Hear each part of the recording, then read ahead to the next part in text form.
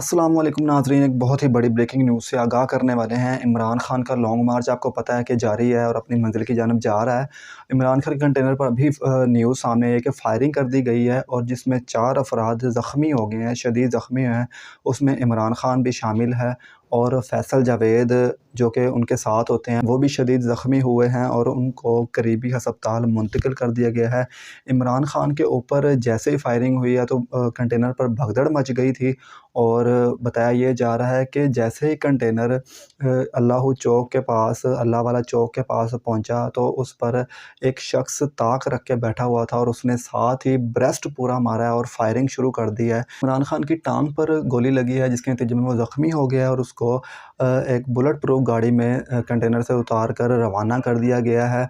इसके साथ ही साथ आपको बताते चलें कि जिस शख्स ने ये फायरिंग की है, नामालूम शख्स को हिरासत में ले लिया गया पुलिस की जानब से और उसको नामालूम मकाम पर मुंतकिल कर दिया गया है। इसके साथ साथ आपको बताते चले कि इमरान खान के लॉन्ग मार्च शुरू होने से लेकर अब तक 5 लोग जामे शहादत नोश कर चुके हैं। इमरान खान के कंटेनर तले कुचल कर वो अपनी जान गंवा चुके हैं, जिसमें एक सदफ जो बहुत ही मशहूर एंकर पर्सन थी।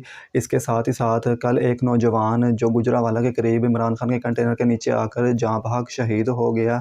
इसके साथ साथ आपको बताते चले कि एक हसन नामी शख्स भी लाहौर का शहीद हुआ था। दो लोग और भी हुए हैं, उनका हमें नाम सही तरह से मालूम नहीं है, लेकिन अब तक की इत्तलात के मुताबिक 5 लोग वो शहीद हो चुके हैं। क्योंकि फैसल वावड़ा ने पहले ही कह दिया था कि ये खूनी लॉन्ग मार्च होगा, जिस पर उन्हें पार्टी से भी निकाल दिया गया था, लेकिन इमरान खान की ज़िद की वजह से ये लोग आज शहीद हो गए हैं और उसके नतीजे में आज उन पर भी फायरिंग हो गई है, जिसके नतीजे में वो ख़ुद भी ज़ख्मी हो गया है और उसके साथी भी ज़ख्मी हो गए हैं। इस वक्त जो सूरत हाल लॉन्ग मार्च की वो यही नज़र आ रही है कि लॉन्ग मार्च मुकम्मल तौर पर ख़त्म हो चुका है तकरीबन, और अब मज़ीद वो आगे नहीं बढ़ेंगे। जो सूरत हाल बन गई है, जैसे ही इस हवाले से मज़ीद अपडेट हम तक आएगी हम आप तक फ़ौरन पहुँचाएँगे। इसके लिए हमारे चैनल को सब्सक्राइब करना मत भूलिएगा और बेल आइकन को भी प्रेस कर दीजिएगा ताकि हर आने वाली नई अपडेट और वीडियो आप तक बर वक्त पहुँच सके।